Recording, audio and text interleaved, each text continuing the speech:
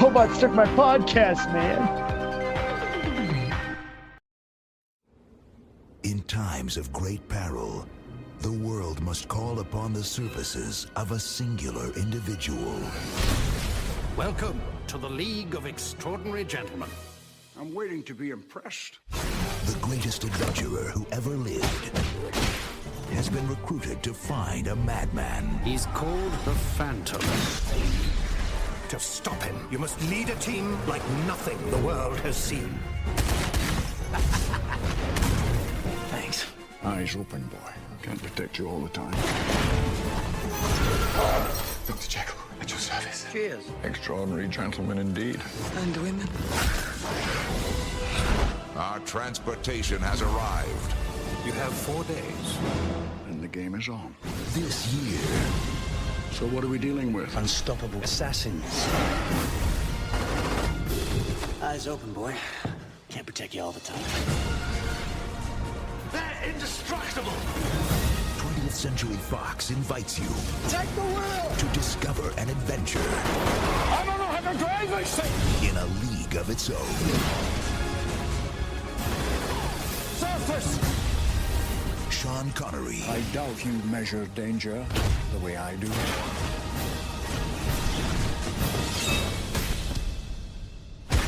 The League. That was naughty. You're the man now, Jordan. Oh yes, that's right. We're finding the podcast now, Anthony. Finding Forrester. Oh wait, are we doing what movie are we talking about, Anthony? Finding Forrester? Exactly. Finding a paycheck. Finding Nautilus. You're the Nautilus now, dog. All right. All right, 3, 2, 1. Welcome to our podcast. The robots took my podcast. I am Jordan. And I am Anthony. Anthony, what movie are we talking about today? Jordan, not far off its 20th anniversary this summer, we are talking about the 2003 masterpiece film, The League of Extraordinary Gentlemen. Is this a canon film we're doing again? Oh, wait, no, wrong year. Sorry. Yeah, no, some might say it feels like a canon film, but it's an action film or a big special effects tentpole movie based on the comic written by Alan Moore, illustrated by Kevin O'Neill from 1999. And it basically takes a bunch of a lot of British Victorian novel heroes and pits them all together in sort of a Magnificent Seven sort of Suicide Squad situation where they all come together to form this league of super people. So it's like a bunch of public domain characters that cost less money to use Yeah. are all coming together Avengers style in one movie is what you're saying. Exactly. This is in the public domain. There's no copyrights. Let's just plow ahead with this story. We don't have to pay nothing to nobody. I wanted Robin Hood here somewhere. Well, we do see Robin Hood in a painting at some point. But yeah, from the late 19th century, early 20th century, a bunch of superheroes, so to speak. And it's sort of interesting. So this was a comic book, graphic novel to some, but not to Alan Moore, apparently. And the movie is a little different from the book. And I have some opinions about that. I heard about this, actually. I remember back when I watched this on DVD with a friend of mine who was a bigger comic book fan than I was. But he had read the book and the graphic novel, and he told me it was much darker than this PG-13 movie that we saw for this podcast.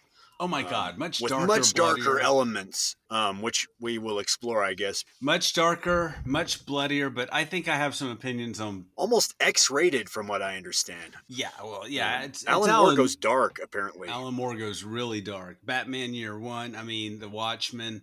Oh, that's right, Batman Year One. I do remember Batman Year One. Okay, nerd alert for me. Yeah, Batman Year One, which was great. But man, that was dark, definitely. Yeah, and so we're definitely in that territory. That's what he's known for. And Kevin O'Neill's, and it's not really to my taste, but Kevin O'Neill's art in the book is kind of really disturbing almost. It's really bizarre.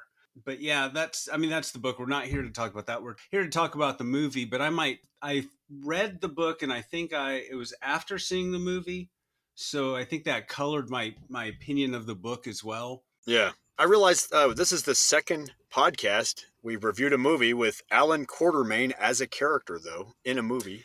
What are the odds, Jordan? The other one being the canon opus, Alan Quartermain. Or no, I'm sorry, King Solomon's Mines, not its sequel. Alan King Quartermain Solomon's was its sequel. Alan Quartermain Lost Cities of Gold is its sequel. Is Yeah. this in the are you saying this is in the canon Alan Quartermain universe? It's in the multiverse now. The Alan Quartermain multiverse, Anthony. No, I just made that up. I don't. Alan Quartermain never had a multiverse, folks. Sean Connery plays Alan Quartermain, getting a fat, apparently $17 million check, so that they had no money left in the budget for anything. And they didn't even have money left for other actors of his caliber for that reason as well, for that kind of paycheck, because the budget was only $78 million, apparently. So a huge chunk of that went to Connery, and I think we'll talk a little bit about some of the behind-the-scenes antics later on. But Jordan, are you saying that they should have gotten Richard Chamberlain back for this movie instead of Connery? Would that have helped? I don't know. Would it have been like a cheaper it would have been more affordable, man. I mean, I could already see, I could see the producers going, "Oh, you must be out of your mind. You must be out of your effing mind. No, we need an actor of caliber. What are you effing talking about? No, but even, God, get William Shatner even. Get somebody so you can afford a bunch of actors of that caliber at the same time." Yeah. I'm not saying all the, with respect, all the actors we got in this movie. Other Stuart Townsend, sirs. Peter Wilson, etc. Yeah, you get a Sir. You get a Sir Alec Guinness. You get a Sir Sean Connery. You're that Sir's going to add an extra $10 million to that paycheck right there. Here's the weird thing too. Connery had just passed on Lord of the Rings and You shall not pass, dog. another movie that was of equal size and scale. And he literally, he passed on these two big movies around the same time that would have put $50 million in his pocket easily. And then he goes to this movie for a measly $17 million. I'm just saying. No, anyway, I'm just like I know what it's like to have that much money. I don't. This is definitely, he's making some interesting career choices here. But he's a headliner here. This is his movie, a movie built around. He didn't know what he was doing, Sean Connery. Shit. Come on, dude. No, I'm just. It's weird. But he's leading the cast here. And the producer is Don Murphy, who produced Jordan. Natural Born Killers. Yeah. A little film franchise called The Transformers. From Hell, and then later on, Transformers. From Hell, another Alan Moore book, Another Johnny Depp movie, from another Alan Moore graphic novel. I like that movie a lot, actually, From Hell. That's a really good movie by the Hughes brothers, I will say. Yeah, I remember liking it, And the Transformers franchise, it was him kind of kickstarting the Transformers franchise. But Don Murphy power behind this. Don Murphy can move mountains, apparently. Oh, boy. Don't talk shit about him or he'll sue your ass. Yeah. So also directing this film is Stephen Norrington, who directed Blade. Which I love Blade, Blade, great movie. One of the first Marvel movies ever to make money. A lot of money in the theater. A director who really, I think we'll talk about later on his relationship with Connery and but this was his last film. This is Connery before retirement. Yeah. So I think we'll get into that a little later, but that's an interesting story. So stay tuned for that. And music is by Trevor Jones. Yes. Trevor Jones, who he did Excalibur, and he did Dark City also around that same time. Great composer. Dark Crystal, Labyrinth. Dark Crystal, man. And the Last of the Mohicans has a great score. Yeah. Just list goes on. Some of the music on the soundtrack, though, I had to wonder about what Tim score they used. Because some of it sounded like David Arnold music from Independence Day, I'll say. Oh! I'm sorry. Anyway. Shots fired. Okay. Early in the podcast. I'm sorry, Trevor Jones. Getting controversial. Respect Trevor Jones. I'm sorry. Dragging Trevor Jones' name through the mud over here already. But so let's just get into it, Jordan. All right. So a movie based on a comic book, a big star helming this thing. Sean Connery. A producer with lots of experience here and a lot of vision. What could go wrong, Jordan? What could go wrong? So we begin with the 20th Century Fox logo as it turns into a Victorian billboard. I don't know if there were such things, but yeah. Yeah, like a sort of Citizen Kane-esque shot panning down. Yeah, a billboard that says 20th century, kind of doing a Raiders-esque move there, I guess. Yeah. And then we get this prologue text, like you said, Citizen Kane style, as we go from the rafters of London, so to speak, on down to the street level. And it's like 1899. Now, remember that date, because we're going to see that a lot. We get the screen crawl, and it reminds us, as we're panning down, that through the age of conventional weapons is over, and we're at the dawn of a new century, the 20th century, right? And we begin with a thrilling scene in which the cops are chasing this tank. This tank is busting through walls, right? And for everybody, this before World War I, so there's not a lot of tanks around. Why couldn't we get a drunken Robert Mitchum on this narration once again? 1899, the League of Extraordinary Gentlemen formed. You know. Oh, from Tombstone. Just like Tombstone all over again. Yes, I'm sorry. Yeah. I mean, they weren't above shoehorning Americans into this cast. Why the hell not? That sets the stage. 1899, a bunch of public domain characters came together to fight crime. No. And so this one dumbass cop is like blowing his whistle and shouting halt to this tank, and it just runs him over. Like, I'm sorry, bro, but come on now. Very harsh. Just mulls over it like he's an old lady. Oh, I'm sorry. I don't know. I don't know. That seems silly to me. But anyway, and it breaks in the Bank of England and shoots the vault. And then we don't see the man's face, but the guy with the skull cane comes out and steals the plans to some buildings. Yeah. So action-packed already from the beginning. It's weird though. If you look at the scene from now, it kind of looks like it's a Watchmen sequel, I guess. Like it's a Zack Snyder Watchmen sequel on this part. I guess it did. But yeah, it's kind of weird. I wouldn't say there's a lot of Watchmen nods, but I don't know if it's the source material, but certainly, I don't know. But yeah, I agree with that. It's very strange. Then we get this newspaper reveal, because Jordan, we can't have a movie without a damn newspaper reveal, right? And yes. It's kind of dumb. It's like you've got England saying Germany's new weapon, and then not us, says Germany. Like, is that supposed to be a joke? Is that really like a headline? Is this, premier journalism here? Yeah, that must have been an editorial thing to explain things. Must have been. Studios do this all the time through cuts. Apparently, they just add shit on to explain things constantly. I'm sorry, I've been watching Project Greenlight all week. I'm sorry. I know. I want to tell you, this movie really doesn't have much faith in the audience's intelligence from the beginning. Yeah, it basically says you've never read a book before. Exactly. These are who these characters are. Yeah. And then in Germany, a scientist, Carl Draper, is captured, and the same man with now we see his face now, and it's this bald metal face, kind of like, and this is a deep cut. Do you remember Destro from G.I. Joe? Oh, it's like yeah. This metal I had mask. that action figure, I think. Yeah. Phantom of the Opera kind of, almost like, Phantom of the Paradise almost. Yeah, he does have a Phantom of the Opera looking mask. Yeah, and it's weird because we just did Phantom of the Paradise recently. I agree. And then at first I was like, is this V for Vendetta? Oh, no, wait. No, that was after. Never mind. Oh, wait. Am I watching The Watchmen? No. Exactly. Another movie with a mask. Yeah. When's Natalie Portman showing up here? Who did she play? Emily Bronte? Like, what is going on? Yeah. But no. That's not the movie we're watching. No. Not watching V for Vendetta by the Wachowskis. No. It's not Germany because, like, the same guy blows up a bunch of Zeppelins and steals a scientist. So the great countries of Europe are all on edge, thinking there's going to be this world war as they're all blaming each other for all these acts that this villain is pulling off, right? This villain who calls himself the Phantom, Phantom. Were you okay? I gotta interrupt here. Not in a rude way. I'm sorry, but were you getting Sky Captain? Damn it, Jordan! Here? No, I'm saying what? I was getting Sky Captain vibes here, even though Sky Captain was a year later from this movie. Yes. In a weird way, I was like, what was it about this time period being obsessed with? What was Hollywood trying to do to us? Like, you like this time period. We know you like it. We like it. We know you like it. I don't know. And we we talked about Sky Captain and the World of Tomorrow in a previous episode. And that is also a movie in which we're bringing back these old tropes and old characters and concepts. That's from the 30s. This is from the 19th century. But it has that sort of feel. Super villain, super technology. Zeppelins blowing up and newspapers flying at the screen to explain things, old-fashioned way. That's what I mean. I guess what I Yeah. mean. It takes a lot of the things we didn't like about Sky Captain and does it again, or does it in this movie also.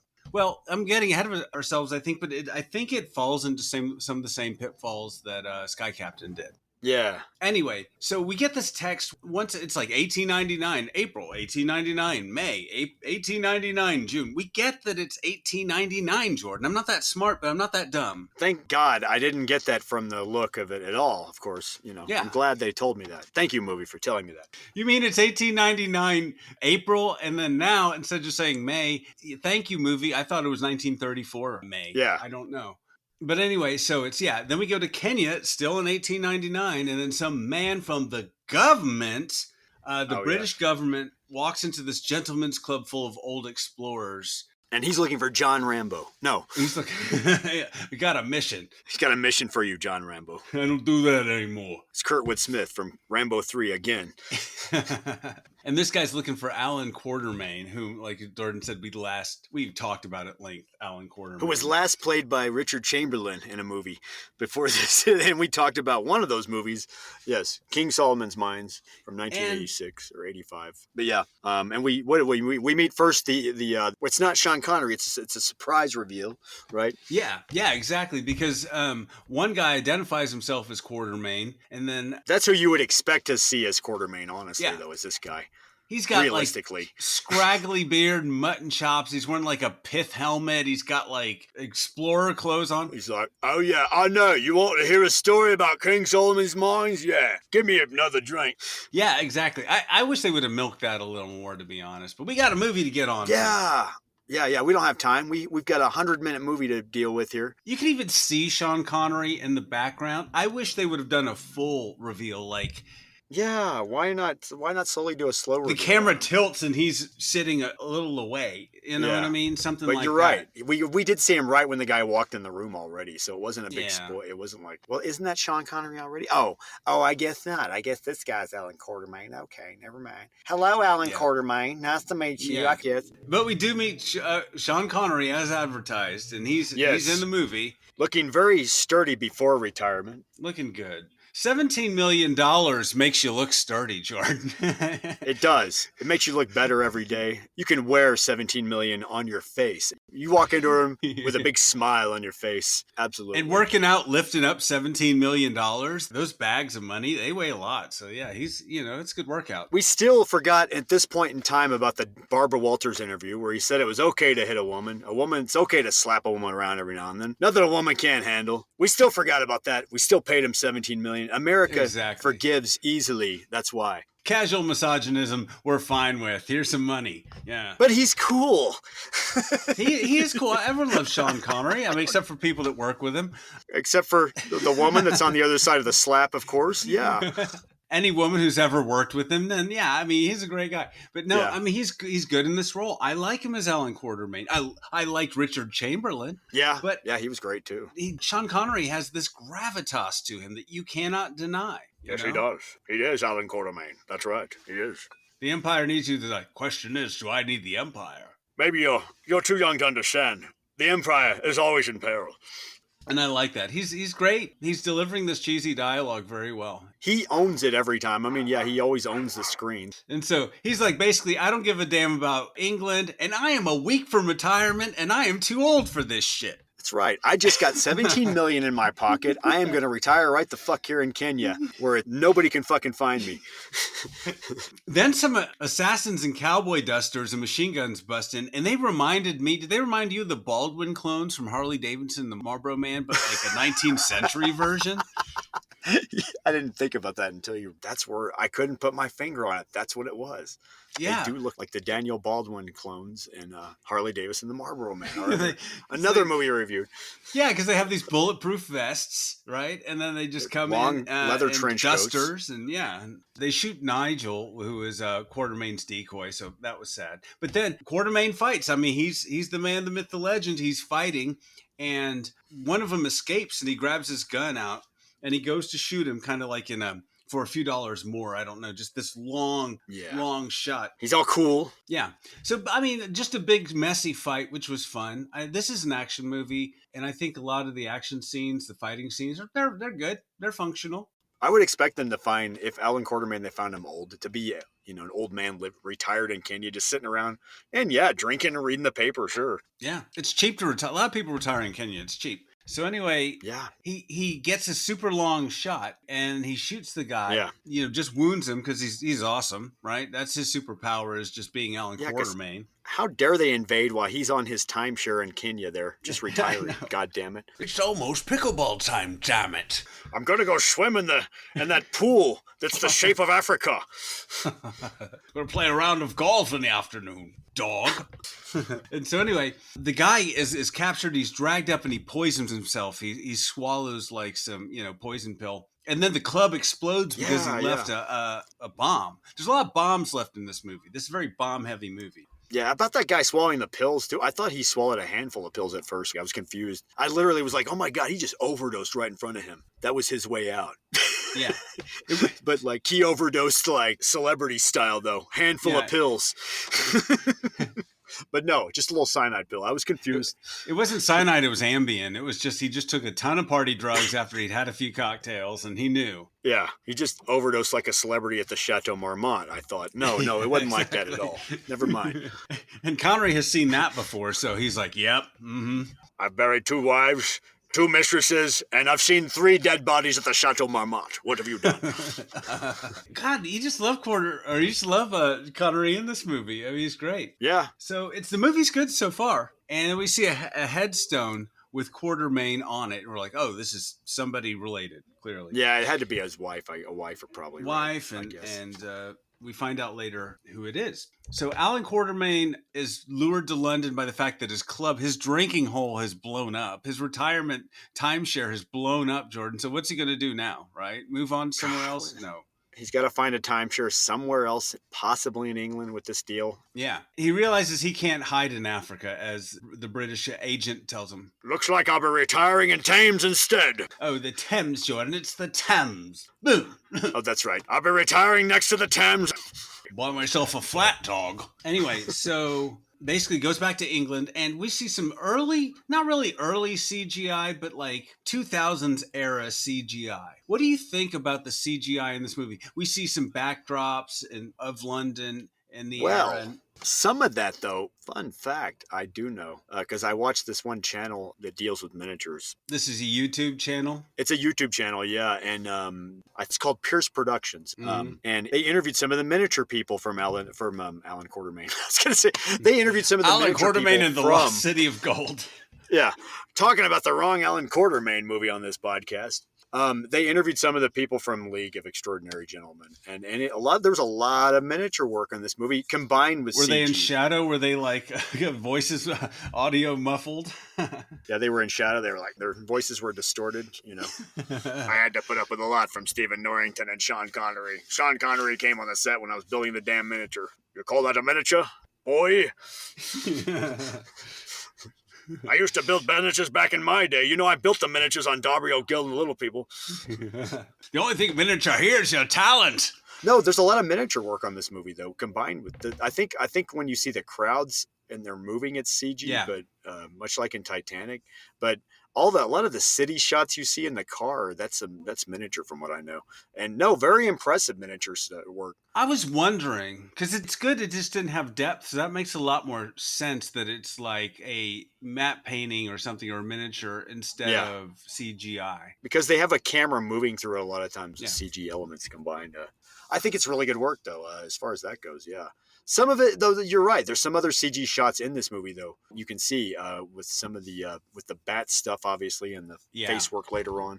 Anyway. The Nautilus, we'll maybe get into that in a little more I think the Nautilus is a miniature too, even though. Is it? I know. Yeah, I think parts are. I think parts. When you see it, a lot of it is. I think actually a lot of it to get it that big, even especially. And just looking real. Anyway. Well, there's a lot of sets too that are great. So I think a lot of the production design is very good in this movie. I think there were some of the sets are miniature too, even. But yeah, and some of the sets are real life, actually. Yeah. But anyway, the agent brings Quartermain into this lavish basement, and they meet M, and that's M like in Bond. It's from the comic. Yeah. I think it's, if it weren't in the comic, I'd say it was cheesy. Oh, heck, it's cheesy in the comic too. I mean, come on now. But anyway.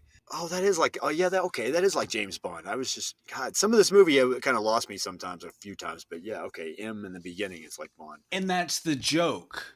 Yeah, Okay, that's the joke, yeah. that they have Quartermain, who's played by Connery, who played Bond. You know, it was like, and it's like, hey, M, you know, and like, Miss Money Penny, you Of know, course. I mean, it's a Bond thing, which I don't know. I guess a lot of people like that. It's kind of weird to me. I don't know. But anyway, there's a lot of in jokes like that, nods and winks. M is played by Richard Roxburgh. Yeah. Where do I know him from? He's an Australian actor. I assumed everybody in this movie was from Australia or England or Ireland. Yeah, it's a big English cast, big couple Aussies in there, maybe one American. He's got bit roles in like Mission Impossible 2, Moulin Rouge. He played Count Dracula most notably in Van Helsing, which has crossovers with this movie. Interesting. Yeah. But yeah. He's got a shelf full of awards in Australia, so he's a decent actor. I don't know in this movie, but anyway, he's okay, I guess. But anyway, he explains the whole League of Extraordinary Gentlemen. Then we get paintings of historical members of this league, like Robin Hood. Oh, I didn't realize that in the background. Is that, you see him in the background, kind of? I missed that. Wow. Because I thought those paintings were cool in the background. Yeah. Like prop kind of thing, you know? So, yeah, you got a bunch of like various historical figures like the Black Arrow and Robin Hood and I don't know, just all hanging out in these paintings as the original League, as we see like various incarnations of the League throughout history. So presumably it goes back to the Middle Ages. I don't know. And then we see Captain Nemo walk in. This is cool. And he's played by wonderfully by I'm going to say his name wrong. So Nasiruddin Shah, who is in the original novel. Like, I don't think there has been. Nemo was of Indian descent, I guess, wasn't he? In the novel, he was. Yeah, he was. Yeah. He was some sort of Asian prince from India, right? And James Mason played him in the Disney version, which I love. Yes. But that's not really. You know, I guess they're kind of hinting at it, maybe him being... Yeah, James Mason is... James Mason makes an effort, but he's not wearing like a turban or anything like that. Can you imagine him?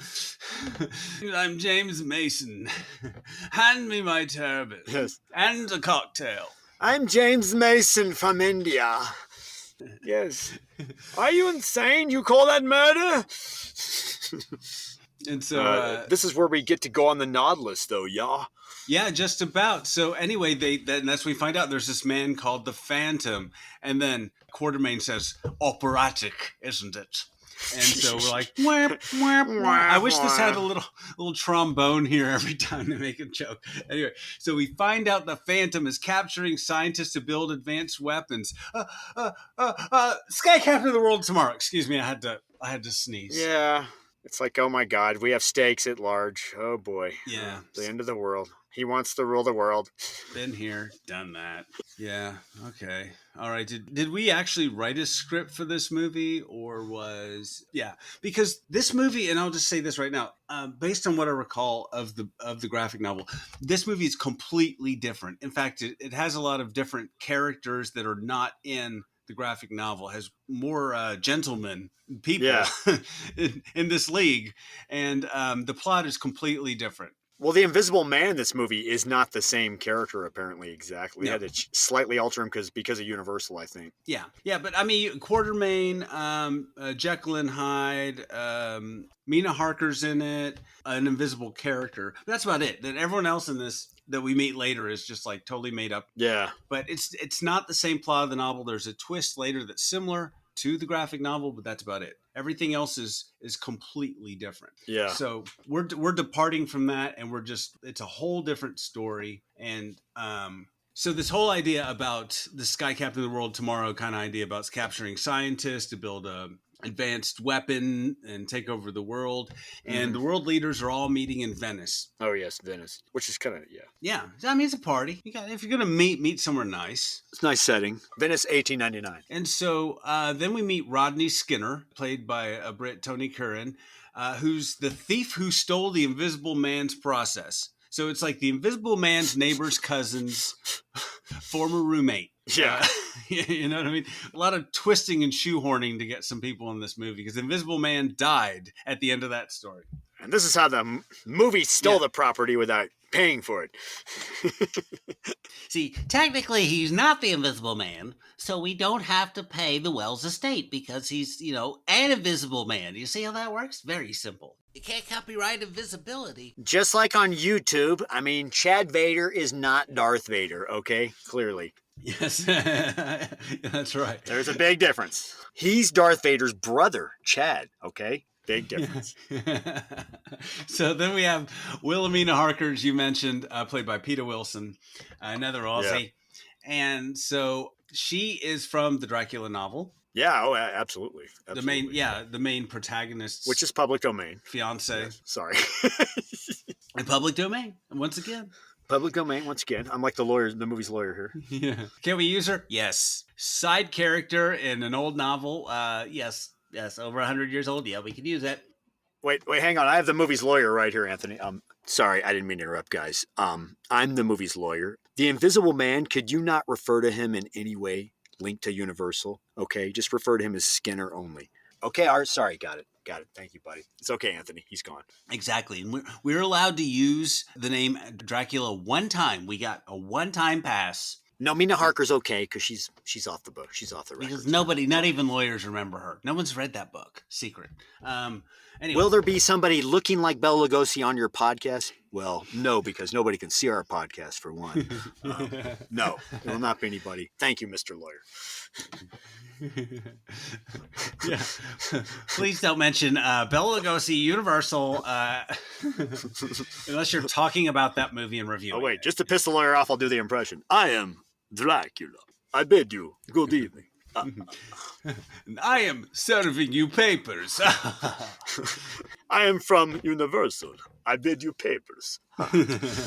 And so anyway, so then we need to recruit 2 more members because there's not enough gentlemen in this league. No, we don't have enough characters in this movie, this big spectacle of a movie. No. League rules, you need to have 6 or 7 people to be called a league, Jordan. You can't have a 5-person league. So we need more characters, damn it. They all need dialogue, too. And we only have $10,000 left in the budget to hire 6 more actors. So $10,000 left because Sean Connery ate up the budget for casting with his $17 million retiring check. And I also want 2 points of the grosses, by the way. Oh, sorry. Sean Connery from 2003 interrupting us. Yeah. So then they need 2 more members. And then they get a Nemo's. It's called an automobile. Now, Jordan, come on now. An automobile that looks like some old 1930s. It's kind of a cool car, but I don't know, man. But yeah, an automobile. Yeah. So even the same name, they don't even call it something like I call it a horseless carriage, or I call it something. Yeah, I don't know. I agree. They could have come up with something more clever on that, like a more clever name, like a Nemo-esque kind of name, right? Yeah. Something like Nemo would name it, not what Henry Ford would fucking call it. Exactly. And I think that I like a lot of the production design, but some of this is too sleek. I love steampunk, Jordan, but steampunk to me needs to be a little rough around the edges. I need to see some more pipes and some more wood.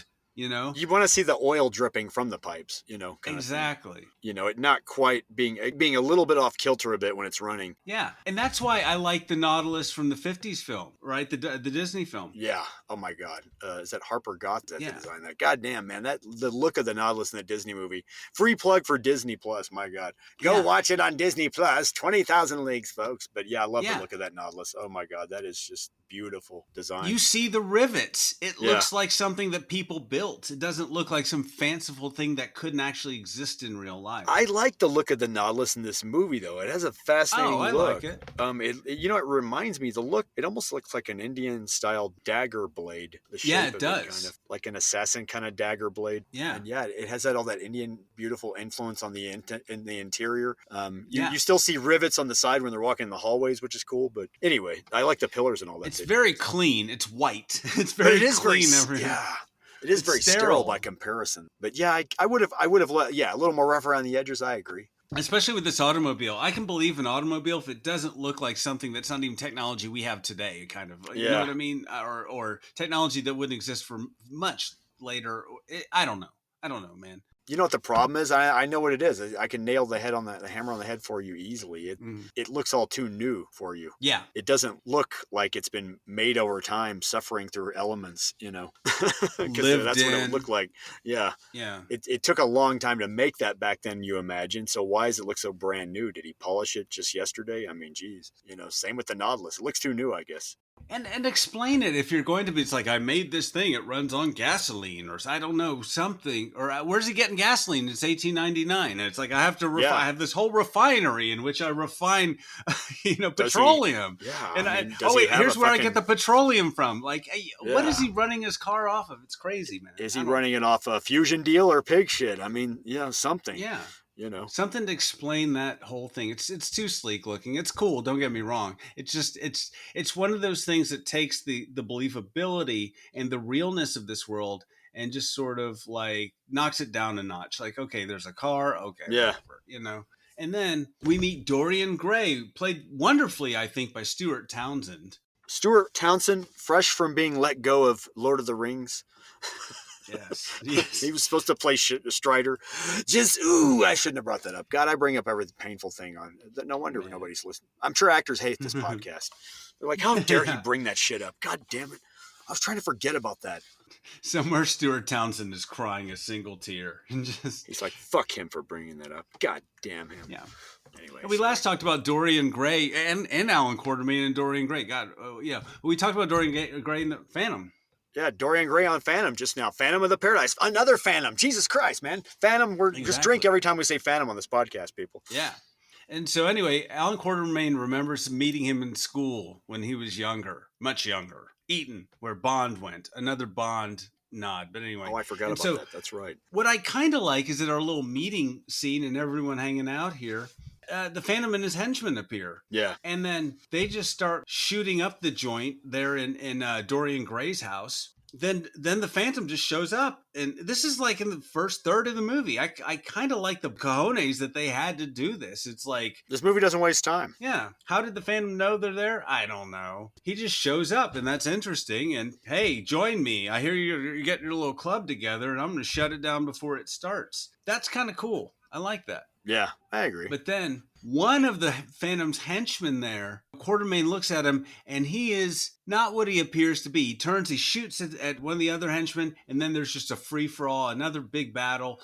And nobody, I'm going to tell you this, I don't know where the Phantom got all these henchmen, but they are terrible shots, Jordan. Thousands of rounds are fired in this movie, and nobody so much as gets their hair mussed. It's one of those movies, Nobody even gets a hole in their jacket or anything, But they have those bulletproof shields underneath or something like that. The Phantom's men do, but our heroes who are just running through volleys of bullets every second of this movie are just fine. There's like no one even gets nicked in the arm. Like, I'm okay. That's why in a low budget movie, a henchman only has two guys in the background. That's why. Yeah. Right there. I mean, come on. Henchmen, we can't afford all these henchmen. These are not indispensable people. The bad guy needs these people. They got to do everything for him. Oh, God. 401k and health insurance. That's expensive, Jordan. You know what I mean? Yeah. Just the paperwork. Yeah. So the Phantom's men are all just in this big fight, just shooting at everything. And then we find out that Dorian is what, Jordan? Dorian Gray is immortal? Yeah, for 400 points. Jordan, you are correct. You get the board. No, he's immortal as he gets shot, just repeatedly shot. Oh, that's right. That's how we first discover it. For those in the audience that didn't know who Dorian Gray was, because This movie assumes that you haven't read. You know what? And probably no one knows who the fuck Dorian Gray is, even in 2003. The majority of the audience, the kids who are watching League of Extraordinary Gentlemen. The kids who are watching a 20-year-old movie. Yeah. And so, I think it's cool. He's riddled with bullets. And it just kind of heals himself. And it's cool because, his painting ages, but he doesn't. And I guess that makes him immortal. He heals like the Crow or like the Terminator T-1000. He could have had his own spin-off. Oh, totally. The Dorian Gray Chronicles. Yeah. You know, I will say one thing for this movie, though. The first Avengers movie, written by Joss Whedon, I think it stole from this movie for plot-wise. That's the weird thing about it. You think about it. It's all set on a ship. True. We don't have the Hulk in this movie, but we have Mr. Hyde. We have Mr. Hyde. Very Hulk-like in this movie. Even bulkier and big in this movie. Very much like the Hulk. Every time we see him break out into it. And everybody's afraid he's going to break out into it on the ship, in the Hulk and destroy things, which he does. Yeah. I'm nailing all the plot points of the Avengers here. They're all after a weapon to control the world. There was Loki in the Avengers, but this bad guy is the Phantom. That's the weird thing about this movie. I did notice watching it again last night was, I don't know. It's kind of weird. I think the first Avengers owes a little bit to this plot. Owes a little bit to League of Extraordinary Gentlemen. Oh, that's the weird thing about this movie. Yeah, as well. Once again. Shots fired. Yeah, that's a hot take, Jordan. That's a real hot take. I don't know. I think it's just a common plot, and I think it's kind of a lazy plot. Yeah. You want to get a bunch of people together because an evil supervillain is taking over the world, and we need to assemble a team. Yeah. Because true. no one person could do that. That's the Justice League. That's the Avengers. You know what I mean? It's a common plot. But yeah, I see what you're saying. But maybe this movie suffers from that. Anyway, so this final assassin's there. They think they killed everybody. No, there's a guy who puts a knife to Mina's throat. And then what do we find out about Mina? Well, big surprise. She's got fangs. She's a vampire also. She's a what? A vampire? What? Because she was married to Jonathan, who met Dracula once, and somehow they went to college together. No, there was maybe there was a love triangle went down with them, and I guess she had an affair with Dracula, and maybe he turned her into a vampire after that, and now her husband's all dead. Jonathan's not there, so Jonathan Harker, just Mina now. She took his name. Dracula was stalking them. Yeah, Dracula bit her. When they did their marriage license, she took his name, Harker, when they went to the Justice of Peace. Yeah. Yeah, I don't know. The movie doesn't tell you all that. I guess I'm explaining it for you. Anyway, so she sucks the assassin's blood, bites him in the throat, sucks his blood. Just kills him, drops him there like a fly, man. Just PG-13 violence, mind you. And then we find out who is that henchman who turned and shot the other guys, Jordan? Oh, it's wait, did we get to the conclusion yet? The big reveal yet? This is no. Who's the reveal? Who is the person? Oh no, I'm sorry. Tom Sawyer. Tom fucking Sawyer. Freaking Sawyer. Sorry, not safe for work edit. What the hell, man? I don't know. Tom Sawyer, he's all grown up. He's a big boy now. He's all grown up. He's a big boy. He must be in his early 20s, I guess. They didn't tell his name. Yeah, I thought Tom Sawyer took place in the 1850s, but anyway, he's a young looking 70. 1850s? Wait, this is 1899. You mean he's like 39? He looks good for 39, Anthony. Yeah, I don't know. He's old. I don't know. He's aging well. There's a picture of Tom Sawyer somewhere, that they just... Where's Huck? Where's Huck? Where's what's her name? Their girlfriend. I forgot her name. I guess because there weren't any other real American figures in the 19th century. I mean, you've got Moby Dick, right? You've got I don't know what else. Oh yeah, I thought there was a Moby Dick reference. Doesn't Ishmael work for Nemo? Yeah, Ishmael works for them. Yeah, they didn't have Queequeg or the captain. Yeah, you can pull from a lot of Victorian and British novel characters, but there's not much in America in that century. Maybe Natty Bumppo, the Hawkeye from Last of the Mohicans. I mean, there aren't many people, you know what I mean, that you could pull in this. So they had to get Tom Sawyer because, Jordan, Americans are not going to want to watch this movie unless there's an American in it, Jordan. God. Oh yeah, I won't watch it. If it better have one American character for it to draw me in. I don't watch movies with Brits in them and Australians in them. Shit, man. And Scottish and Irish people. Fuck, man. I don't watch movies with people like that. What do you think I am? Some Euro trash? Jesus Christ. I know. Good God. What do they want me to do? What do they want me to watch? The Bicycle Thief next? They want me to watch La Strada next? Jesus Christ. The Yeah, fuck, with man. subtitles. What do God. they expect of me? I don't. I need a movie with American actors. At least better have one in there. I don't care who financed it, okay? Yeah, like the one guy from New York who's in Lord of the Rings. Like, oh, Thank God. what's this ring over here? I don't know. Do we really got to go to Mordor? I got places to be. He's like, what does Frodo mean when he says the ring's getting heavy? It's tiny. I don't understand. What's going on here?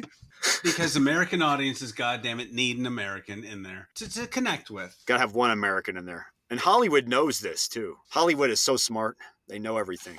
Thank you, Hollywood, for being smarter than us and telling us what we want. Thank you for educating us, Hollywood, growing up. Thank you. I'm gonna cry. No.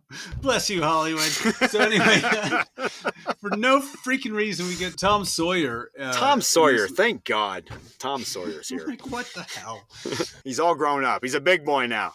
He's played by Ricky Schroeder. No, I'm just joking. Oh, man, that would have been awesome. But anyway, just to keep this movie from being too English, he saves us, thank goodness. And then we're on, the Nautilus shows up, and it looks, like we said, a little different from the book. Yeah, it's fucking huge, by the way. It's like 4 city blocks long, and in the graphic novel, it looked more like an octopus. It's like, bigger than Noah's Ark, bigger than the Titanic. I mean, shit. It's huge, man. I mean, how long did it take him to build that fucking thing back then? That's what I was thinking. How many people had to die? All the technologies that had to be invented. Like, you couldn't build that thing in secret, I'm just saying, there were people that died when they built the Hoover Dam. I know for a fact. People had to die building that thing, this big Nautilus we see in this movie. Just accidental death kind of things going on. Bad. It must have been an insurance nightmare. Yeah, entire country of people. Oh, man, insuring that damn thing? Yeah. So you want to insure this submarine? He didn't build that thing by himself. He probably contracted some people, and they all probably had to sign some thing that said they were going to not, if you die on this, it's your own fault. Yeah. And non-disclosure agreements. Yeah. I want to see I'm Nemo, that. I'm rich, I'll pay your family off. I want to see that movie. How he built that damn... That's far more interesting than the movie we're watching. How he built the damn submarine that's bigger than Venice itself, practically. I don't know. Yes. But anyway, thank God we got the Nautilus. It's cool. I like it. But it's so cool. Damn, it looks cool. God, man, I want to have a party in there. Ishmael from Moby Dick's on there, so we get another American, thank goodness. Whew. Yeah. And then they go to Paris in the Rue Morgue, where it's not a gorilla killing people. It's like, Hyde, as from like Dr. Jekyll and Mr. Hyde. Yeah. We see the Hulk running across the building. Mr. Hyde. Sorry. With little teeny tiny legs, roided up. Yeah, Cornerbane and Tom Sawyer are chasing him with guns, firing at him. And he says, "We're not trying to hit him." And you're like, as the audience, going, "You're not?" I'm confused even. Yeah, it seems like they have no plan. They're just shooting randomly as Paris is destroyed around them. They're not real effective. But Anthony, we need to get him to the left. Get him to the left. Shoot at him. One more time. Start shooting at those windows where those bystanders are looking through, If Sean Connery tells me to shoot at something, I'm going to be confused, I mean, hell, he just told us in Hunt for Red October a few years previously, wait, that's more, 13 years, I'm sorry, be careful what you shoot at. Some things in here don't react well to bullets. Yeah. So I'm still going to have that in my head if he's telling me what to shoot at. Yeah. Anyway, sorry. So they destroy half of Paris trying to capture Hyde, and they finally do it. And Jordan, what do you think about those Hyde effects? Speaking of CGI. Okay, CG, yeah, I think there was some CG going on. That is some definite early 2000s for sure. CG going on. I'm wondering now if the Corridor Crew people over on YouTube have a video on this. I may have to go look now. Because they always have these videos, Corridor Crew, big free plug here, on videos where they show old effects because they're experts on CG. And they'll show how effects haven't aged well. And they're right a lot of times, I have to say. Yeah. I'm going to say. And some of the things that they, even at the time, they could have done better, right? And I think... Yeah, well, that's why I think it's interesting, because there is practical effects in this movie with the miniatures that are really cool, that work. I wish they'd just taken that whole approach with the movie, even with Mr. Hyde, honestly. Yeah. I wish he'd been all... I'm sure they used some makeup effects, but I wish he'd been all makeup, all practical. Yeah. Done his transformation just like the old school way, unless if they did and I'm wrong and I don't know. I didn't look it up, I'm sorry. Yeah. Anyway. So the Nautilus is great, and there's a Shiva Lingam, which is like a I don't know. Look it up. That's interesting. That's Nautilus's entry hatch. So it's like it goes into the whole Indian sort of design of the Nautilus. And then Nemo explains that the Phantom stole copies of Da Vinci's blueprints of Venice, and he's going to attack the conference of, remember, all the world leaders by the sea. Yes. I guess I don't know. I don't know what's going on at this point. So we're gonna go to Venice. I did get lost in the movie at this point. I'm not gonna lie, all the way up to the end, pretty much closely. You know, just I was like, what's going? Because and then the action kind of it goes so swiftly, and it's very flashy cutting, editorially wise. Yeah, and then Quartermain, and this is when it gets a little more convoluted. So Quartermain catches Skinner, the Invisible Man. Oh, I'm sorry, the Invisible Person. Visible Man's cousin, Skinner. Call him the person for legal reasons, mainly, Yes. just to avoid the lawsuits from Universal. Yeah, and so he catches him in his quarters, and then I love how Connery has to act like he's wrestling an invisible person. He's like, "What the hell has happened to my career?" You know, He's wrestling the invisible guy, and so it's kind of cheesy. I don't know. the invisible dude. Yeah, it is funny because Connery's actually doing some miming there. He's Yeah. like, "Get out, I told you to stand out of my room." And yeah, what kind of guy is this Invisible Man? Is he just some kind of, like, as we know in the modern age, a flasher? He's a You know, that took an invisible potion that makes him invisible. He's a creep. I don't know. technically. I don't know how you steal the Invisible Man's potion, but he did it. He's a thief. All his jokes make him sound really pervy, which does not add to him Yes. saying that he's naked the whole time. Naked the whole time. Yes.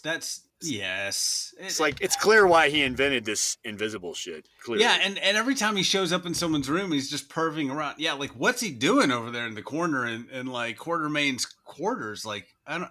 Yeah. I'm glad he's invisible, Jordan. Let's just put it that way. Anyway. He was watching me undress is what he was doing. That's why I kicked him out and grabbed him by the neck. Yeah. That bugger. And then so Quartermain and Nemo, there's a lot of reminiscing about past wrongs in this movie, like justifying why these people are heroes, because a lot of these people do unsavory things in their various books. Like Captain Nemo was the villain of his novel, you know, and he was like Quartermain called him a pirate. He That's killed pretty people. much what he was. He killed people. He killed civilizations. He wiped out civilizations. Yeah, he wasn't a great guy. Because he had nuclear type weapons. Didn't he have weapons of mass destruction on him, basically? Yeah, I think in the Mysterious Island, the sequel. Or at But least in anyways. the movie he did, I know. Yeah. He had like pretty much weapons of mass destruction right on that fucking submarine. Yeah. You know, a weapon of mass destruction it was. Well, he has basically. ballistic missiles in this movie. He's shooting missiles out the top of his submarine. It's a little bit much, but Oh, yeah, that's right. When Sawyer and Quartermain are skeet shooting from on top of the Nautilus. yeah. And so anyway, Quartermain tells Sawyer about losing his son, and that's who the cross was earlier, the tombstone. He lost his boy, and which is why he quit fighting. Yeah. Or quit fighting for the government or whatever. Yeah. Or quit doing missions or whatever. Yeah, anyway. He did a mission for the British government, and he was just like, never again, except for this time. Yeah, so that's sad. So it's this movie. He might have been your age about now, I guess, Tom Sawyer. It gets real sappy and sort of No, he didn't schmaltzy. say that at all in the movie, of course. I know, but I mean, that's what the movie says. It's just like, let me show you how to shoot. And it says a million times, like, people just like, hey, Tom Sawyer's kind of like your son, Alan Quartermain. And even so, at this point, like, yeah, he's teaching him how to shoot these buoys. And then Tom Sawyer's like, and who would ever say this, like, is this how you taught your son how to shoot? And then Alan Quartermain just leaves because he didn't want to hear that shit. There was no nice way to say that at all. And I wanted to leave because I didn't want to hear that heavy-handed crap. I was like, whatever, man. Like, I don't know. It's just too much. They didn't need that extra wrinkle in the It's like, plot. how dare you bring that up, Mr. Tom Sawyer? I just met you. You don't know anything about my son. Like, what is your deal? Yeah, and then Read The Room, Tom Sawyer. Okay, read The Room. Tom never learned any manners in the South. Jeez. He wasn't raised. And I guess he got cultured. He has no Southern accent anymore, Tom Sawyer. Not even a hint of. Yeah. Missouri, I think, is where they were from, someplace. Yeah. But yeah, he's they from don't have a Missouri, I Missouri guess, accent. I don't know. So And where is Huck Finn once again? I'm where sorry. the hell is Huck Finn? I kind of want to see Huck Finn instead of Tom Sawyer. Tom Sawyer's just an asshole. He didn't even explain Tom Sawyer never gets to explain what happened to Huck after everybody else talks about what happened to their woe is me guilt-ridden moments. Yeah. Like he never gets a moment to go, oh, me and Huck we were painting this fence. We were both 15. Yeah, we went out and shot this gun, and I loaded the rifle wrong and it backfired against Huck. And I don't know, fuck. This is getting way deep there. I'm sorry, but yeah. or anything like, I lost Huck at the Battle of Little Bighorn or something bullshit. I don't know. Make something up, something. Yeah. Yeah. We were in some Bangladesh thing. We were riding on an elephant. Huck fell off. I don't know. Got stomped by the elephant. I don't know. Something. I don't know. Huck caught herpes and died. I don't know. Something happened to Huck. Yeah. Anyway. That's the R-rated version of League. I don't know. Anyway. So then there's a mystery, Jordan, as if we don't, have enough to think about this movie. Mina discovers this mysterious powder that they found on the ship is like camera flash powder. Huh. And then for no reason, she and Dorian get it on. Bounce chicka wow wow.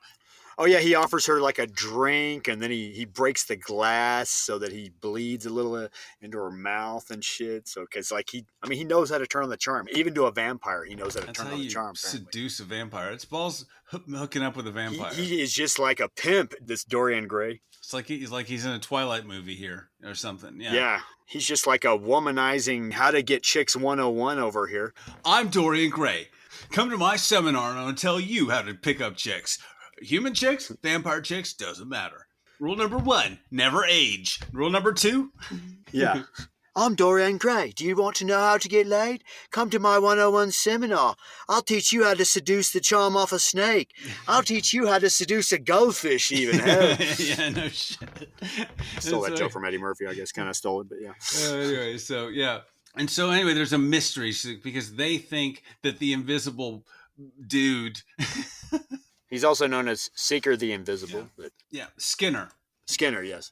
Skinner! So Skinner, they think they haven't seen him. Nobody's seen him for a while. And so they think that he's some sort of traitor, an undercover agent. Yeah. So speaking of creepers, we have Skinner's a creeper, but then also we have Dr. Jekyll creeping in on Dorian and Mina getting it on, which is... close the door, people. It's a submarine. Come on. You got 100 horny dudes on the submarine? Close the door. Come on. Yeah, he's almost like Danny in the Room, just creeping in on Lisa and Johnny kind of vibe going on. It's kind of weird. You're getting that kind of vibe with Dr. Jekyll here. Boy, what a reference I just threw at that. Yeah. The Room reference I just threw at them. You're the expert, Dorian. Anyway. I did not hit her. I did not. Oh, hi, Skinner. Oh, hi, Dr. Jekyll. So anyway, there's a great scene where Hyde... But I heard... Go ahead. I was just going to throw out, I heard in the book here, it got really... Mr. Hyde tried to... The R word to Mina Harker. Tried to rape her. I don't recall.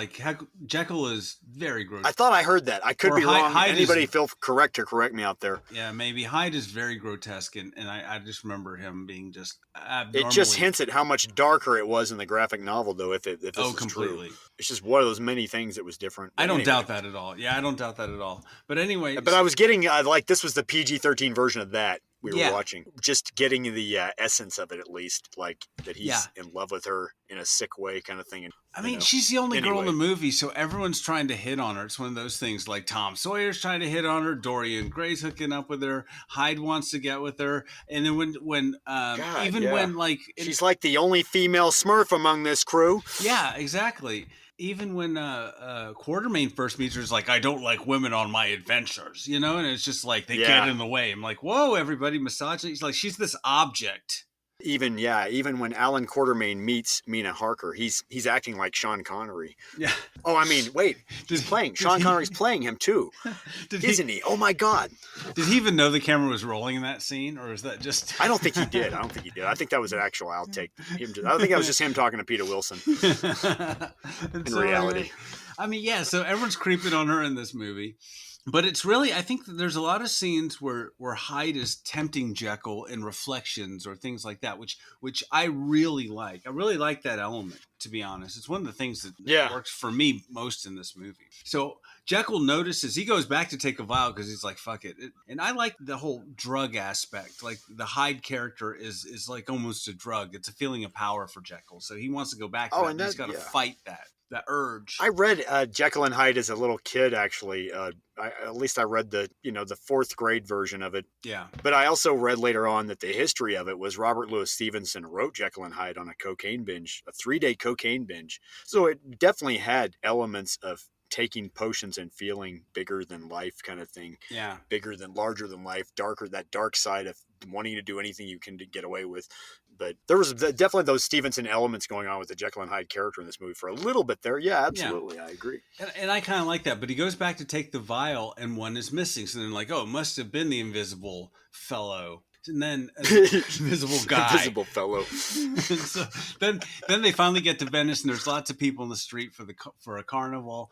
And then we're taken down and we're showing a very bad CGI. Maybe these are models, I don't know, but they look like bad CGI foundations of Venice on down to these just a ton of bombs that are planted all over the city by the Phantom. And so Nemo sends his divers. I think it's miniature. Most of Venice is miniature, I think, actually, yeah. And some of it is actual explosions, I think, and some of it's CG explosions, I think. Yeah, you can tell some of those buildings are blowing up, and that really looks real or crumbling.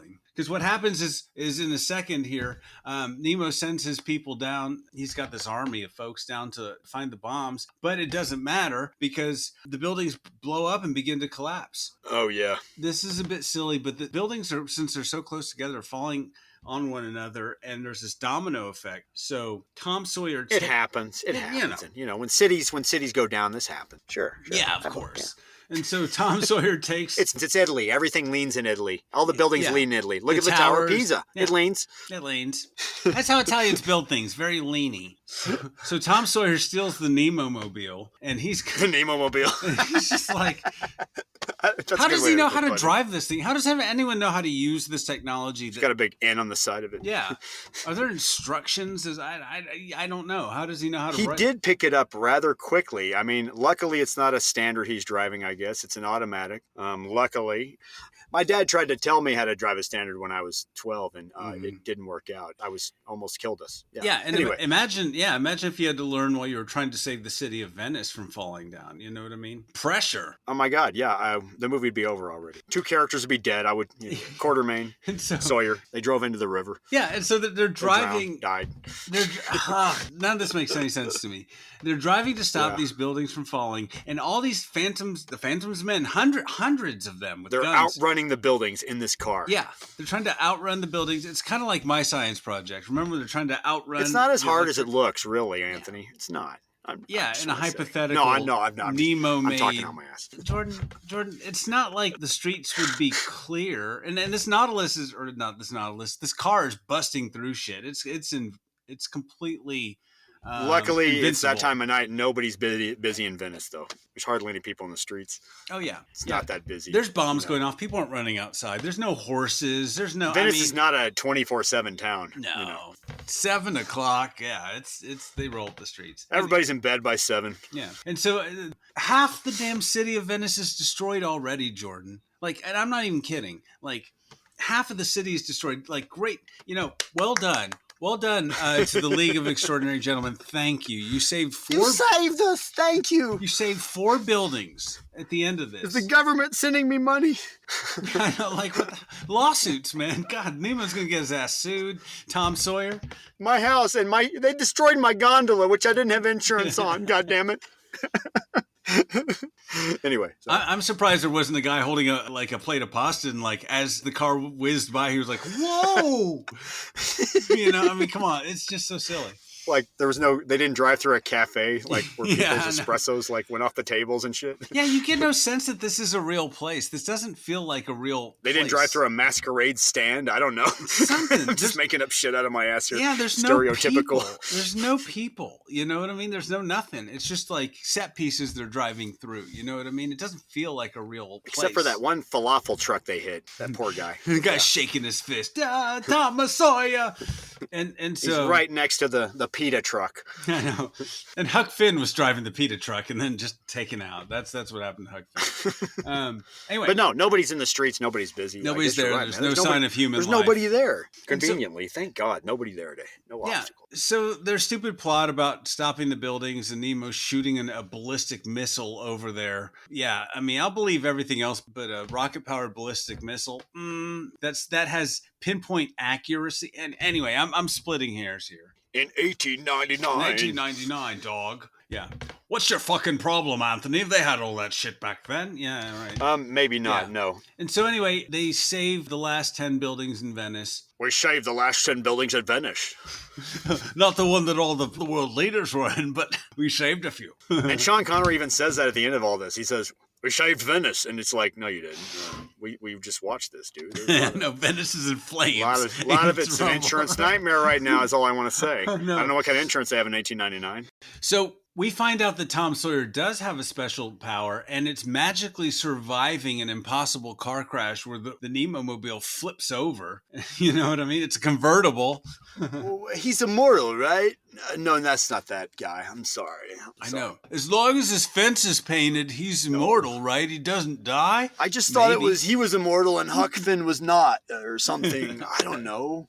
And then Quartermain tracks the Phantom down and corners him in this garden. And then the Phantom's an asshole. He's mocking the death of his son. Like, nobody will just let the death of his son go. Like, everyone's just bringing it up all the time. And then, Yeah, I wish Quartermain would make more old jokes, even like that hurt more than it used to, or even like, you know what I mean, just to like, Yeah. make him look less sturdy. Like, yeah, some Indiana Jones and the King of the Crystal Skull kind of jokes. Like, yeah, at least I mean, hell, that lightened the mood in that movie. Even it helped for that movie. Connery didn't want any old jokes. Come on now. I'm studied through the whole thing. What do you mean? I can survive everything. Yeah. It's not funny. So then Quartermain's figured out he's like, we know about your spy. Then we think it's Skinner, but it's really, who is the spy? Who's the real spy, Jordan? It's Moriarty. Well, Oh, no. M? Who's the M. spy? No. No. Oh, no, Dorian that Gray. guy. I'm sorry, we're at the wrong part of the movie. I'm sorry. Yeah, we're almost there, but yeah. The Invisible Man is the spy? No. It's Dorian Gray. Dorian Gray's the spy. That's right. He's a double cross. Dorian Gray has double crossed us. Yes. And so he kills a guy in the Nautilus engine room, and then Quartermain gets in the fight with beating up the Phantom, removes his mask, and then who is M? We get double reveals back to back. Who's the Phantom? What's his identity, Jordan? The Phantom is M. Did I get this right here? It is M. Am I following this movie properly? Oh my god. Yeah, it's M. It's M. And he's Moriarty from Sherlock Holmes. Oh my god. Triple The same reveal. villain? Oh my god. A little early, but yes. Reveal. You get a reveal. You get a reveal. Everybody gets a reveal. Oprah, give us a reveal. Yeah, and then so Dorian Gray escapes in the Nautilus's exploration pod. Here's another thing. Oh, that thing. I'm sorry. We're in that part of the movie. Okay, yeah. Yeah, and then he stabs Ishmael on his way out, and Ishmael's like, he tells him it's Dorian and it's not Skinner, so yay. Yeah. Mystery solved. Dick move, he stabbed Ishmael as well. Ishmael was my favorite character so far, damn it. He had one line. I know. One line, goddammit, and you gotta stab him. Jesus. He's the most believable character in the movie. I thought he was going to look more like Abraham Lincoln or something, but no, he doesn't look like that. But anyway, yeah, that's my only only complaint about Ishmael. He needs big a pipe and a beard. Exactly. I want a sailor hat on him or some shit. I don't know. Chewing Give him on a some pea whale coat. blubber. Give him an 1899 pea coat. I don't know. Yeah. And then one of the crewmen finds a record. And for everybody, a record is a vinyl disc with sounds carved into it, recorded onto it. Oh, yeah, it looks just like a record. Yeah. In this movie, even, it looks just like a record. But it doesn't look like an old phonograph record from like an old 78, as they would say. And yeah, they put the needle on there and it plays Kashmir by Zeppelin. Yeah. Then we get a black and white age scene that sort of like, speaking of like Iron Man or the Avengers, remind me of like Tony Stark's dad. Those scenes where you get like, and this is how I did it, and this is whatever. We get this aged film exposition where M and Dorian are sitting there together, and we find out that M has Dorian's picture, and that's why Dorian's helping him. And then everything is a hoax. There is no league. This has all been just a ruse to get you all together so we can steal your powers, right? Yeah, and at first I had to check if they were watching a Vitaphone. I was confused. Or what are they seeing this image on? Is this in their head? Is this to visualize it for the audience? I got confused by that part, with it playing on the record over it. It's just a vision. Yeah, it works as exposition. I think it's cute. It works. It's fine. I mean, it's kind of weird. It comes out of nowhere, and then it's like, I don't know. it's always nice to have the villain shouting this at you instead of sending a record. Like the Phantom couldn't be bothered to show up and tell him in real life. He's like, no, here's a record. And luckily, Yeah. Nemo had a phonograph, so all's good. He can actually play this thing. But this is, I like this / it's completely ridiculous. Yeah, I like it too. I mean, although why doesn't Nemo's phonograph look cooler than just that period? Yeah. It looks like a phonograph of that period. It's got it's got a bigger phone on it, but Yeah, I agree.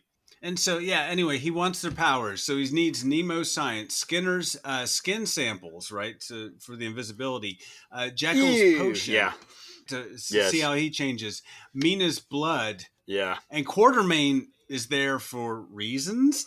I mean, I don't know. Quartermain's He needs Quartermain's beard? testicles. I don't know. For some reason. Yeah, I don't something. But yeah, why is he there? You're right. Now I'm just seeing worse parts of this.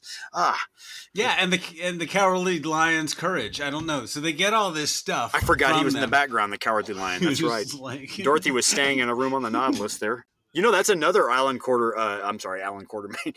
Another Alan Moore graphic novel. He actually took Dorothy and Alice and who was the other one? He had them just telling stories to each other about these weird things that happen to them. Dark things really? that happen to them themselves. Yeah, it was more like anthology, which I almost think would have been cool with this movie even. But that's another story anyway. And so, yeah, so Quartermain is there for, I don't know, because he could capture Hyde. This don't make no sense. None of this making no sense, Jordan, you know? Yeah. And then he's gonna sell this. He needs Quartermain's kidney is what he needs. So we're talking about motivation here. Like, so he wants to take over the world, but then he also wants to get their powers to sell their secrets to other people. What's that going to create competition? I mean, you don't want other people having your secrets here in order to take over the world. We don't need a bunch of Jekylls out there. We don't need a bunch of Alan Quartermains out there. Also, how many smart people in 1899 are going to fucking understand what the hell he's talking about when he tries to sell this shit to them? Exactly. Like, yeah, here's Captain Nemo's plans. It's like, great, we can't build that. Next. Yeah. You know what I mean? Exactly. I don't care how much money they have. Yeah. Explain that again to me, what you're selling me, sir. What I'm selling you is the best parts of all these people.